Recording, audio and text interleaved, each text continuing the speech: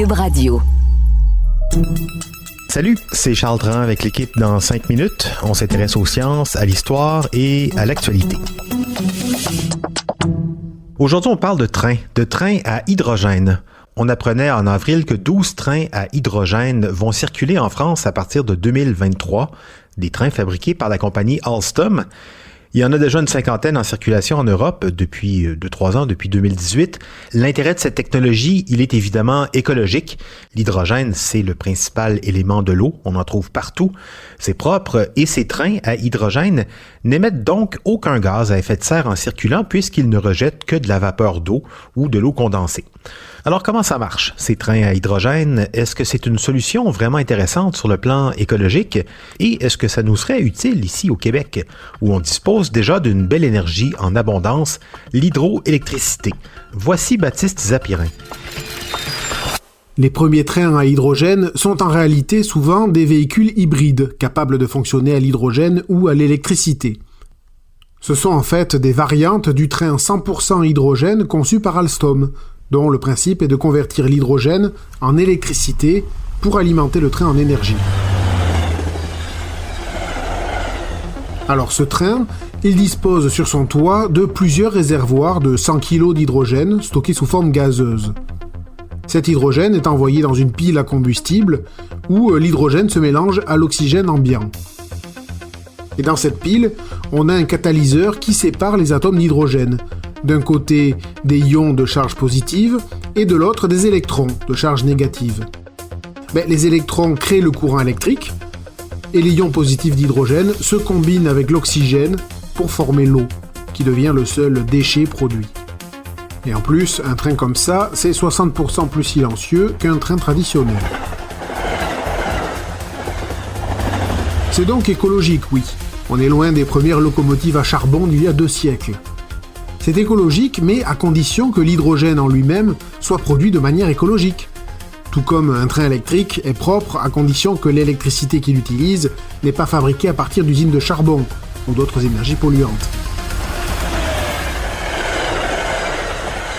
Et le problème, c'est qu'actuellement, l'hydrogène est surtout créé par reformage de gaz naturel, un procédé qui émet beaucoup de CO2. Alors, il y a une solution bien plus propre, la fabrication par électrolyse, où on décompose de l'eau, si vous voulez. Le problème, c'est que c'est très cher, car il faut des catalyseurs à base de métaux précieux, comme le platine ou l'iridium. Mais bon, la recherche pousse et il y a de l'espoir. Par exemple, en 2019, on a des chercheurs américains qui ont mis au point une machine capable de produire de l'hydrogène à échelle industrielle, tout en utilisant des catalyseurs à base de métaux bon marché, comme le nickel ou le fer. Mais alors, cette technologie, si elle est exploitée proprement, elle sera sans doute bien utile en Europe et dans ces régions du monde où le train est un moyen de transport très utilisé. Mais chez nous, est-ce que ce serait pertinent? C'est sûr qu'à l'échelle du Canada, le secteur ferroviaire n'est pas le secteur le plus polluant. Il ne représente qu'environ 1% des émissions de gaz à effet de serre du pays, selon un rapport de 2017. Et puis au Québec, pourquoi s'embêter avec l'hydrogène quand on dispose déjà en abondance d'hydroélectricité, une énergie 100% renouvelable? Pourquoi ne pas se contenter de trains électriques? Mais en fait, les trains à hydrogène pourraient être une alternative intéressante, parce que, à terme, les câbles ou les rails électrifiés peuvent devenir très coûteux à entretenir. Ça, c'est ce que dit Thierry A., un consultant pour la firme spécialisée dans les énergies et transports durables Initio, interrogé par le média québécois 24 heures. Le train à hydrogène pourrait donc être une bonne solution économique pour s'établir en campagne ou dans les milieux moins denses, là où évidemment on cherche des solutions moins coûteuses puisqu'il y a moins de clientèle. Et puis le Québec est un peu lié à l'histoire du train à hydrogène, puisque le premier essai a été effectué à Val-d'Or en 2002, avec une locomotive minière. Un rapport de cette expérimentation est proposé par le département de l'énergie des États-Unis sur un site web nommé, ça s'invente pas, OSTI.gov. OSTI pour Office of Scientific and Technical Information. Alors je sais pas vous, mais moi, j'y vois un signe que la piste mérite au moins d'être étudiée ici.